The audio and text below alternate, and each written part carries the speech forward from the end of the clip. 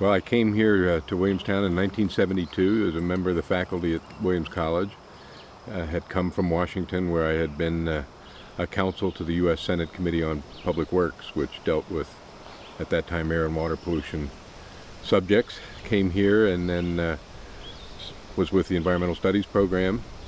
Took a couple of years of leave of absence from the college and went to become assistant administrator of EPA during the Carter administration.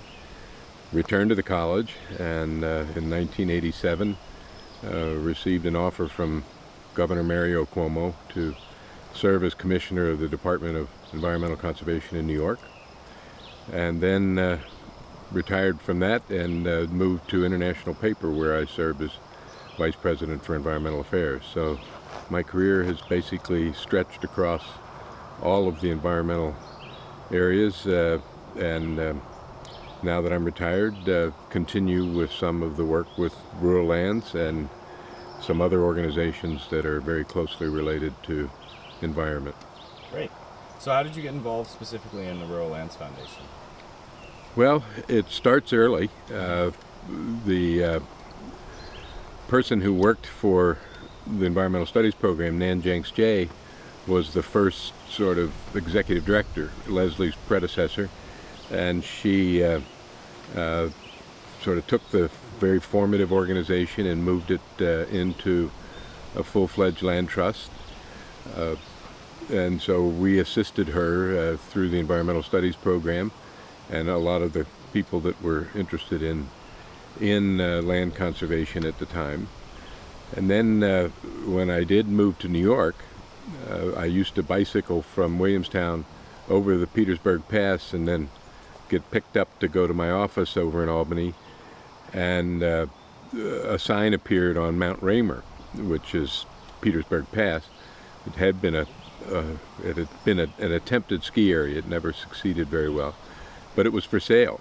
And so working with the state of New York, my offices, and with the Williamstown Rural Lands, we were successful in acquiring that property and conserving it. So it's part of a really unique situation. You can go from Route 20 down in mid-Berkshire County all the way up to 346 with only one road crossing, a trail all along there, and all that land now is pretty much conserved. So it's been a lifelong sort of avocation. In all of the jobs I've had, land conservation has been crucial. So it was natural to join the board here as hometown, and this is where you live. So that's what brings me and continues my interest in the Rural Lands Foundation. Great. So do you want to talk about just kind of the importance of conservation and why, just kind of going after why people should care, for other people who are watching this video maybe who are unaware about why its importance? Well, I'm sort of old school. I believe that inside each of us is a pretty conservation-oriented outlook, and oftentimes it's just really necessary to stimulate that. People do care about their surroundings, they care about their neighborhoods, and they tend to want to see it conserved. And so I think it is something that's pretty deeply embedded in our human character, and but the pace of change is often so rapid that people don't realize until sometimes it's too late that conserving those precious resources that they care about is no longer an opportunity. So it's something that I think most of us feel an intuitive sense about, but we don't know how to go about it in many cases. And the Rural Lands Foundation, like many land trusts, give them an opportunity to participate. And speaking from your experience in environmental work, what sort of environmental reasons are there to? Well, there's a whole spectrum of reasons. Maybe if there was some project that you had like some specific reasons why it was important. Well, oftentimes people just think it's open space and aesthetics, but it moves well beyond that. It moves into conservation of species. Many species require ranges to successfully reproduce and thrive. And if the landscape becomes too balkanized and too broken up, those species can't survive. So now it's called biodiversity, but that's certainly a reason. Water and air quality are both enhanced by proper management of landscapes and protection of land. So there's a wide range of interest. And back to your earlier question, most people share at least one of those or more, and conservation gives that sort of a completion that achieves all of those objectives. Okay. So are there any, so you've had a lot of experience in places other than Williamstown, certainly doing environmental work. So are there any, have you seen any sort of connections to the efforts that are going on here and with the Rural Lands Foundation and other projects or areas you've worked on? Well, it's very much a puzzle. At the federal level, they look at usually public lands, and at the state level, there's often efforts to create intact ecosystems that are necessary for protection of air and water and species. With the real hard part of the puzzle, though, is at the local level. And at the local level, the people know what the resources are, what resources are best conserved, and that part of the puzzle is the hardest one, because in contrast to the federal level or even at the state level, you're dealing with your neighbors, you're dealing with the citizens of the town, and so you have to have a persuasive case that any particular landscape fits an important conservation objective and is not something that is in conflict with economic development and other social values that are necessary, like affordable housing. So at the local level, you have to bring all those pieces together in a much more persuasive way, because you're dealing with, as I say, your neighbors, your colleagues, citizens, and they let you know when you are moving too far this way or that way. So it is challenging, but it is the most important part of the overall picture of getting appropriate balance in conservation lands with development lands. Great. So do you want to talk some, I don't know how familiar you are with the process of kind of conserving lands and where the money comes from and some of the things that the Rural Lands Foundation does to facilitate that process? Well, everybody looks to find the resources, and at the federal level, it's pretty direct. You seek an appropriation from Congress. At the state level, you seek appropriations from your state legislatures. On occasion, you have to get bond acts passed in order to generate the resources necessary for land conservation and other conservation objectives. At the local level, you tend to have to rely on citizens, and sometimes you can reach into federal programs like the Forest Legacy program that the federal government makes available, which helps a great deal.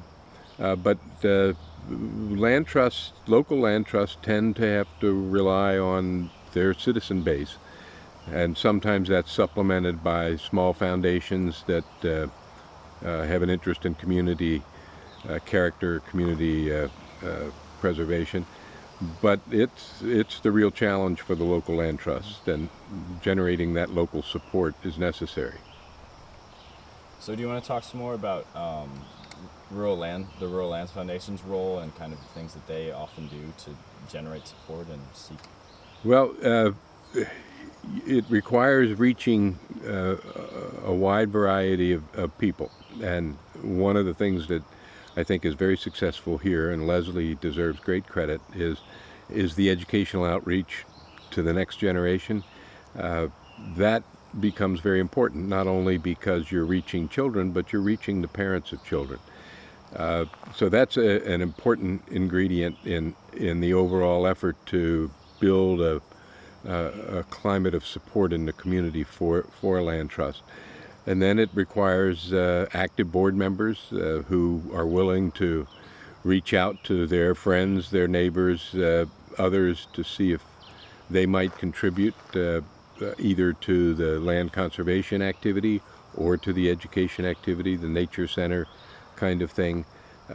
So it requires a lot of skill to reach into these different stakeholder groups to assemble the resources to enable you to continue. And then if on occasion a particular gem of property comes available, you do a crash program in fundraising, and you use all of the methods that you can find in order to develop those resources, because oftentimes one of those gems, a particular piece of property that has high conservation value, the timeliness issue is exceedingly important, and so you've got to deliver when the particular landowner wants to sell. So it can be a great challenge. Rural Lands has been quite successful when particular gems of property have become available, that people have stepped up and enabled their conservation. So it is a constant challenge, and you always have to be cultivating the reasons why these things are important with your community in order to build that support so that it can be called on when needed. Yeah, great. So have there been any projects that you specifically were involved in or kind of helped to? Well, the most recent transaction that I was directly involved in was the referred to now as the Finnegan property on Northwest Hill Road. Joe and Tracy Finnegan, newcomers to town, had this beautiful home, and it was surrounded by a parcel that used to belong to that estate, and they were very interested in conserving that land.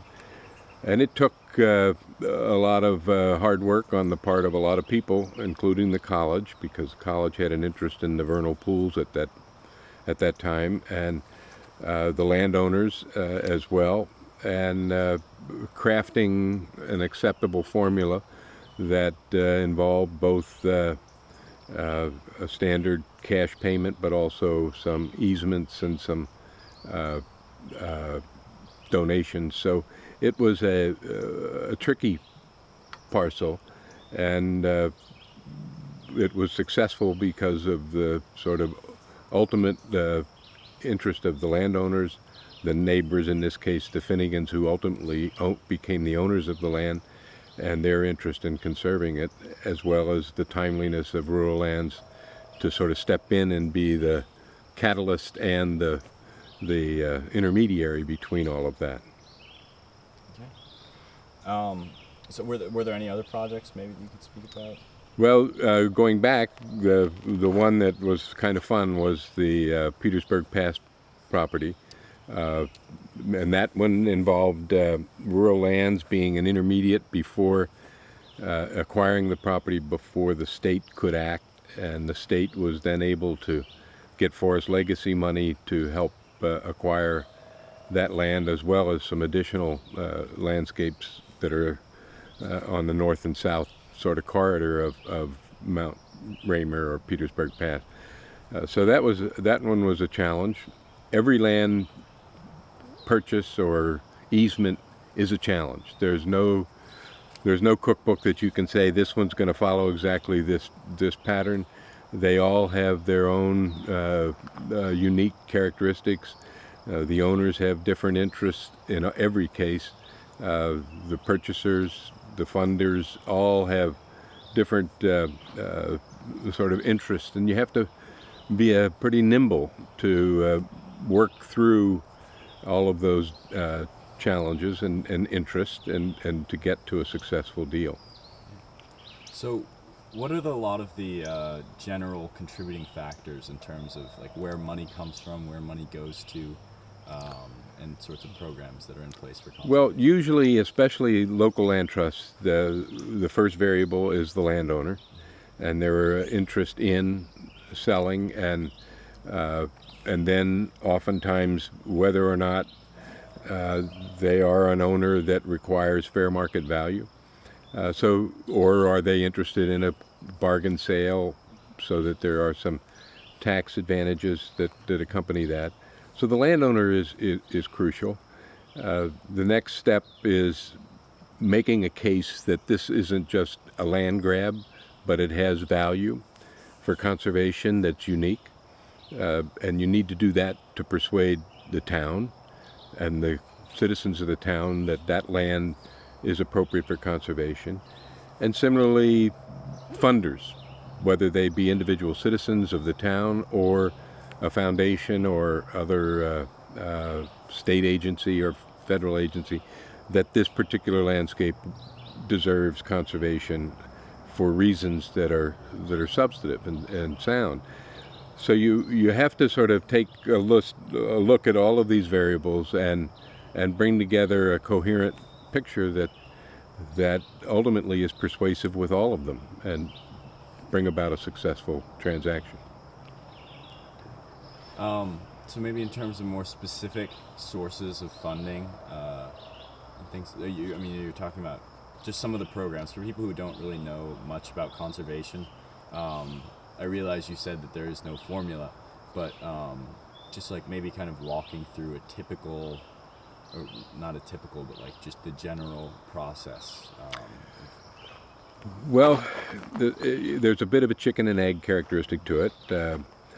Leslie and others in town that are very knowledgeable about the resources of this town have a sense of which landscapes, if they became ever available, would be appropriate for conservation. So having sort of that sense so that when a landowner expresses an interest in selling, you can say, oh, no, that's not appropriate.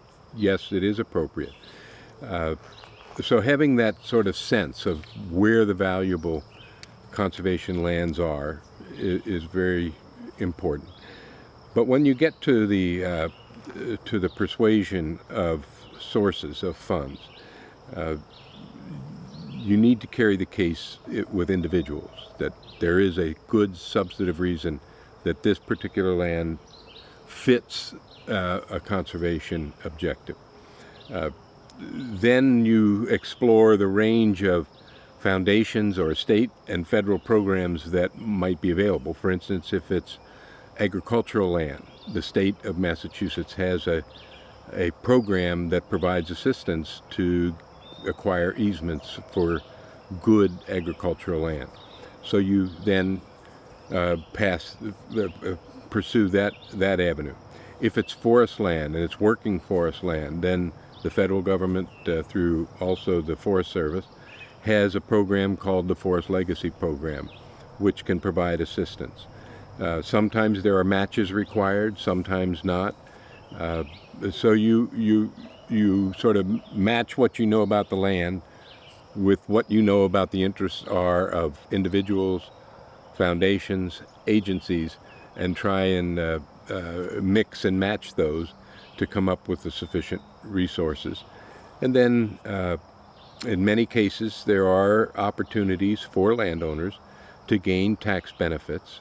Obviously that depends upon that landowner's own situation, but one of the things that the land trusts typically develop is a pretty substantial amount of expertise in understanding what kinds of tax advantages are available to landowners so that they can at least advise that landowner that they should talk to their accountants, to their lawyers, to explore this provision of the IRS or this provision of the state tax code in order to maximize the benefits that might be available to them. And that can be very important. Okay. So after the land is conserved, what happens to it? I mean, I know that farming is a big concern. Trails are often. Well, that's a real challenge for land trusts. Typically, land trusts have interests in lands that range from full fee ownership, and that usually requires that land trust to exercise stewardship over that land, protect the boundaries, mark the boundaries, make sure that the land is not being abused, and the responsibilities of ownership. With respect to easements, that can be shared. It can be shared with the underlying landowner or the land trust. Sometimes that's a matter of negotiation. The landowner will say, I'll convey an easement for you to have a trail, but you have to take care of that trail. I can't take care of that trail. So then the land trust becomes the agent that's necessary for giving that portion of that land stewardship.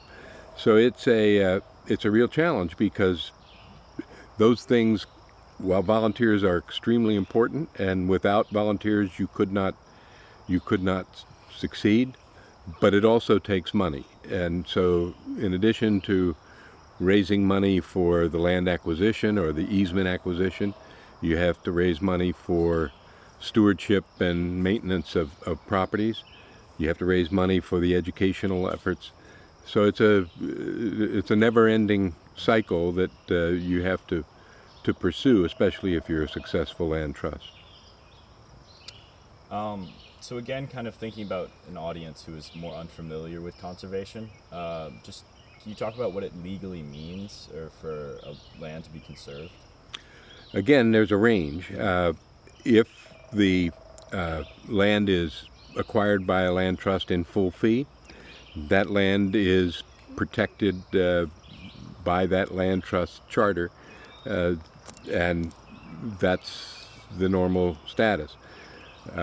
If it's an easement, it's a shared responsibility with the underlying landowner, and usually the terms of the easement say what the landowner can and cannot do in order to protect the values of conservation for which the easement was acquired.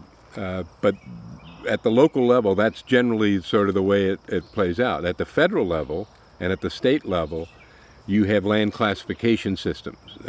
You can have a wilderness area, you can have a wild forest, you can have a working forest. It all depends on sort of what program the federal or state agency is administering in acquiring that land. But with a land trust, it's typically in a protected status, in full fee ownership, or it's shared ownership responsibilities with the landowner, with the terms of that set in the agreement of easement. Okay. Can you talk about some of the opportunities that the community can take advantage of with the land that's already conserved, like maybe with hiking, or I don't know how familiar you are with the events that go on at Sheep Hill? Yes, one of the things that's terrific here is the trail system that does occupy the land trust lands. Often they're integrated with state lands that are adjacent to the land trust resources. So there is that opportunity, and that opportunity is not just hiking; it's bird watching and other kinds of natural history kind of gain. And there's actual history. There are places that the land trust owns which have interesting, complicated histories through time since original settlement. So they have those opportunities. With respect to the resources that Williamstown Land Trust has with Sheep Hill, there's a whole additional level, and that is we have a resource. It's a rare resource. I cannot think of another land trust that I'm aware of in either New York or Massachusetts that has a resource like Sheep Hill, which allows anyone, parents, adults, children, to come here and experience learning about nature. And that is a great resource. School groups come here in order to have field trips about natural history. So there's those benefits. And then ultimately, the community benefits by having a significant amount of open space that is very consistent with the character of the town, its agricultural character, its forest history. That that character is very much a part of everybody that lives here. Good, great. Yeah. So just kind of thinking about kind of like a punchline or something about why people should be involved or why people should care. I don't know if you have any thoughts on that, just to kind of. Well, I think I guess my punchline would be that if you don't care for your town and you don't care for the resources of that town, you're going to lose them. And when you lose them, they're not recoverable. So it's a one-way direction. And so mixing the appropriate amount of conservation in with economic and social development is integral to the character of the town, to the opportunities those citizens have to live full, decent human lives. Yeah. So is there anything that maybe you've been involved in that I haven't touched on in the Rural Lands You Foundation? covered quite a bit of ground here. I can't think of anything. I think my basic message would be to encourage the citizens of town to enjoy the resources that they have, not just those available through the land trust, but through the state of Massachusetts and the trustees of reservation adjacent in New York, with a lot of state opportunities there that are linked into trail systems here. And Vermont has the U.S. Forest Service lands right on our border that connect to our trail systems. There are just really rich opportunities for getting out and enjoying the wonderful environment that we have here. One of the unique features of Williamstown is the fact that Williams College is here, and historically, since I came here, a large number of faculty were very involved in community activities. Several are still on the board of Rural Lands, but they're the older members, and one of the things that it would be very exciting for me, and I know for the Land Trust, is for more of the younger faculty and staff to get active with rural lands, with other conservation operations here, like the Hoosick River Hoorah, to get more active, because they enjoy the benefits. Many of the students come here because of these values, and so it would be great to have more of the younger faculty get more involved.